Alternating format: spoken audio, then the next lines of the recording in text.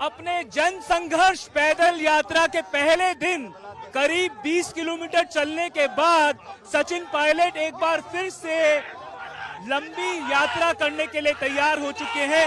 मेरे साथ इस समय सचिन पायलट मौजूद हैं। पायलट साहब, पहले दिन आप 20 किलोमीटर के करीब चले। इस तपती हुई मई की गर्मी में, झुलसती हुई धूप में कैसा रहा आपका अनुभव?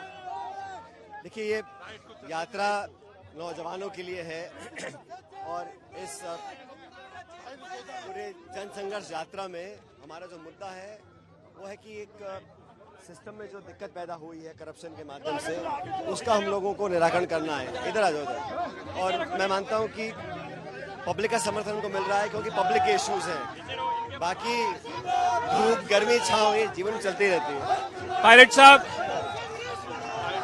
आपने 11 तारीख को अनशन किया था, 11 अप्रैल को, और 11 मई को आप पैदल यात्रा निकालने की शुरुआत कर चुके हैं और ये अटकलें लग रही हैं कि 11 जून को आप एक बड़ा फैसले की घोषणा कर सकते हैं, कांग्रेस को छोड़कर अपना कोई। मुझे मेरी जन संघर्ष यात्रा पूरी करनी है।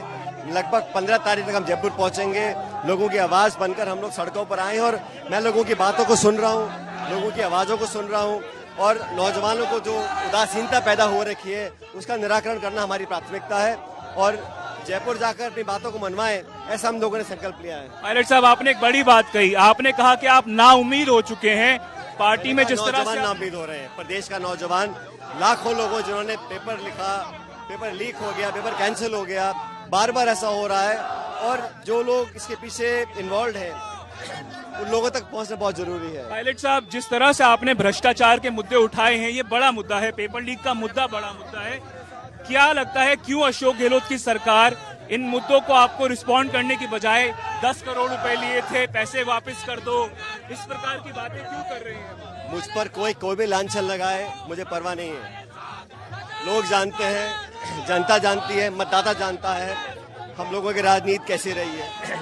मैं पिछले 20-25 साल से पॉलिटिक्स में हूँ, मुझे बड़े बड़े जिम्मेदारी निभाने का मौका मिला, लेकिन आज मैं मानता हूँ कि राजस्थान के नौजवानों को, लोगों को उम्मीद है उन लोगों से जो जनता के बीच में रहते हैं। और ये जो करप्शन की इश्यूज हैं आज के नहीं है। मैं 1.5 साल से चिट्ठियां लिख रहा हूँ, मैं बात कर, अनशन जैसा आपने कहा, मैं अनशन भी किया, लेकिन मैं चाहता हूँ इस पर सरकार कार्रवाई करे और ये द्वेषपूर्ण भावना से कार्रवाई करना नहीं चाहते हैं। किसी से कोई दुश्मनी नहीं है, लेकिन जो सैद्धांतिक इश्यूज है उसको हम उठा रहे हैं। पायलट साहब, आपने वसुंधरा राजे और अशोक गहलोत की बात की। अशोक गहलोत खुद कह चुके हैं कि उनकी सरकार वसुंधरा राजे की वजह से बची।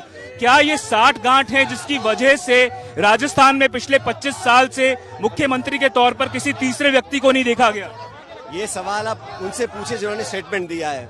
ऐसा स्टेटमेंट मैंने नहीं दिया, ऐसा स्टेटमेंट। इसका जवाब अशोक जी दे सकते हैं। सर, एक सवाल ये भी उठता है कि आप कह रहे हैं कि मैं मुद्दे उठा रहा हूं, पर जो पार्टी का राष्ट्रीय नेतृत्व है, सोनिया गांधी है, राहुल गांधी है, जो चीजें आपको नजर आ रही हैं जमीनी स्तर पर, क्या उनको नजर नहीं आ रही है? ये काम पार्टी का नहीं है, सरकार का काम है।